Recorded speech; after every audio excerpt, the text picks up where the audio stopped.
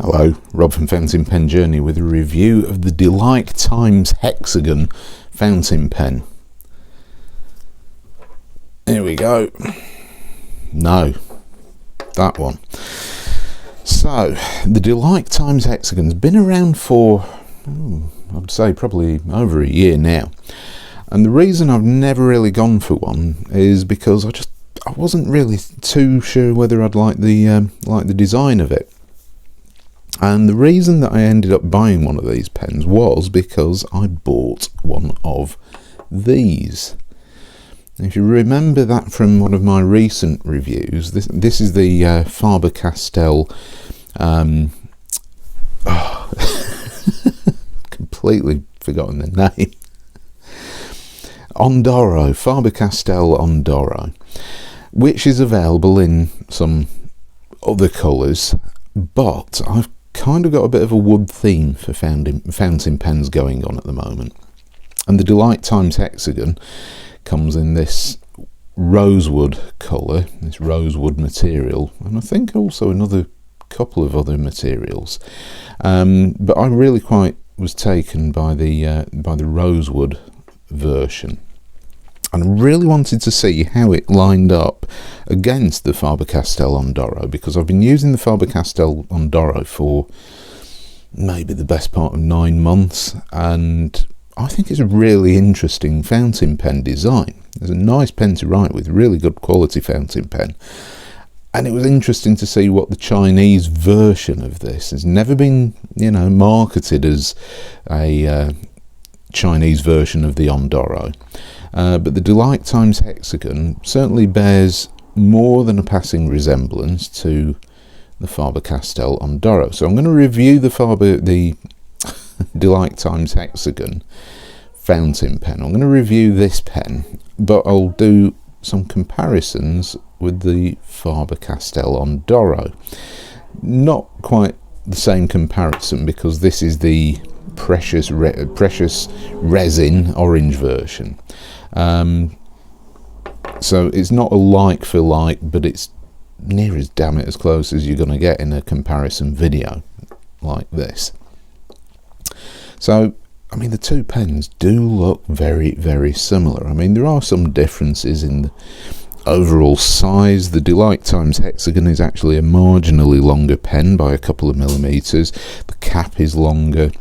The cap is I suppose a matte or satin metal cap rather than a polished metal cap. The clips are radically different. Let's move that out of the way. As you can see, that clip is, it's functional, springy, whereas the Delike Times Hexagon has more of a Visconti style clip, which is sprung, and it slides on and off things really quite nicely. It's a good clip. I actually really like that, even though I don't feel that it's quite in proportion with the pen. I think the Faber Castell does the clip with more style, even though I actually prefer the clip on the Delike fountain pen. So another key feature, obviously, is this hexagonal finish shape. So the Faber Castell and the Delike, which doesn't have any branding on the top of the cap, has this metal bit in the brushed satin metal bit in the bottom of the barrel there. And other than that, you're not going to really see a lot of, there is absolutely no branding on the, blimey, not the camera, sorry about that.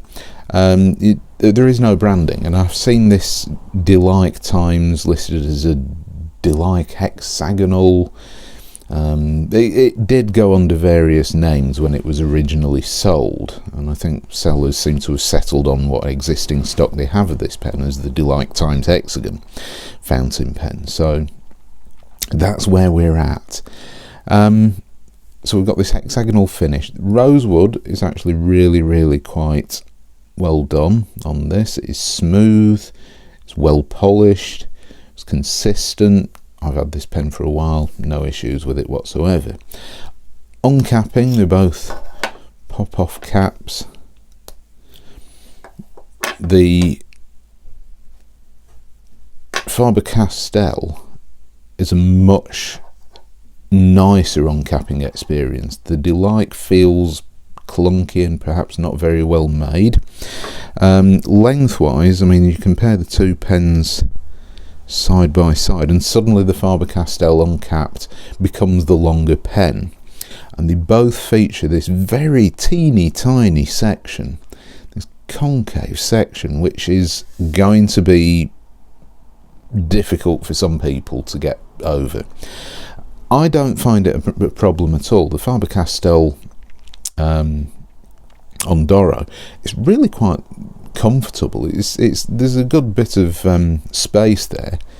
Try and get this to focus. There we go. There's a good bit of space there on that section. It is slippery. Remember, it's polished, it's smooth, but it's nicely shaped, so your fingers naturally fall into place on here, and it's quite a chunky feeling pen. It actually is quite a satisfying chunky writing experience, even though it has this concave section, which is really quite nice. Good length. Obviously, capping it, you have to line up the hexagonal facets, otherwise you're going to scrunch into the precious resin. Click to cap, and the Delike has got a smaller metal section, which feels, rather than having your fingers sort of nicely in position, this feels like it's forcing your fingertips more down towards the nib. And it is, because I find that writing with this pen, you feel like you're into more of a death grip with your fingertips than when you use the Ondoro. There is more relaxed finger position on the Ondoro. It just happens to, sit more comfortably. So let's just look at the sections side by side. It doesn't look like there's a lot in it there, but there is.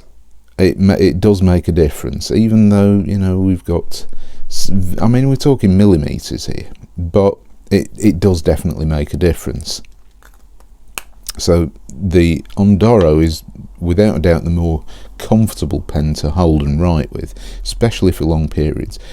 I find that this satin metal section is surprisingly slippery as well, which is unusual for me. I mean, I don't normally have that much of an issue with metal sections, and satin ones, a lot of people say, well, if it was a smooth polished section, no, I'm not going near it. But I actually find it's a little bit slippery, and it could be because I don't have a lot of finger contact in there. It's not the fingertips, it's not the fingers, the ends of my fingers and thumb. It's really the fingertips which are quite on there. So it does slip around a little bit. Lengthwise, I mean, the Delike Times Hexagons are good enough length to write with. Posting, it doesn't really post. It fits on the back, but it's completely loose. It's back heavy and it's slippery. That's going to fall off. And one other thing I will say is that capping and uncapping system, the Delike feels like eventually it will, it's going to ping off. Something is going to go wrong, and I'm suspecting that in there is a cap liner. And when you cap this pen, which isn't easy, there we go. When you cap this pen, it rattles around. Now, I'm suspecting that the section is being gripped by the cap liner, and everything else on the cap then rattles around. So this is the difference. I mean, you pay a lot of money for one of these Ondoro Faber Castell pens.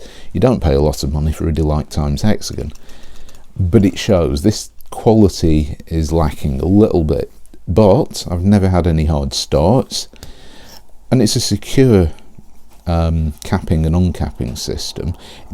It just doesn't feel as good. I mean, it is not quality. You can just about see the cap liner in there. So you've got this, small short section. The issues with the cap rattling around. You don't get that with the Faber Castell. Faber Castell, much more comfortable to hold, and of course it is a girthier fountain pen, not by a lot, but it just happens to win in all the comfort stakes.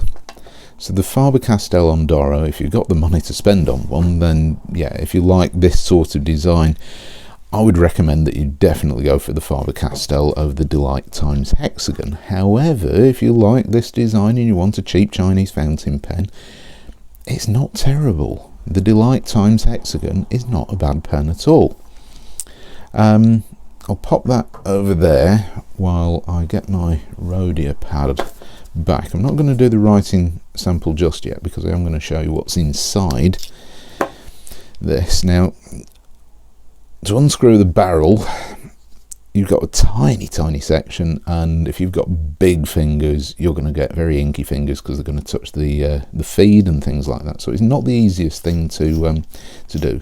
The threads on here, absolutely fine. Comes with a converter, and takes standard international cartridges as well. Standard international converter, and it's, you know, it's solidly, it screws together nicely. Good pen to hold, and I do like the rosewood wood finish. So let's talk about the writing sample, because there is something to this that I need to mention. So the brand name is Delike, and the model seems to be nowadays Times Hexagon, and this is the rosewood version with a medium steel Delike nib. I'm guessing these nibs are swappable, but I don't swap out the nibs in my pens for various reasons, namely because I don't want to damage any of the feeds, any of the nibs, and I don't want to mix up nibs and lose track of which pen has which pen's nib. So I do keep them separate. It's a smallish nib, which is quite in character with the pen, good proportions. Let's do the writing sample, and then I'll talk to you about what I did to this pen.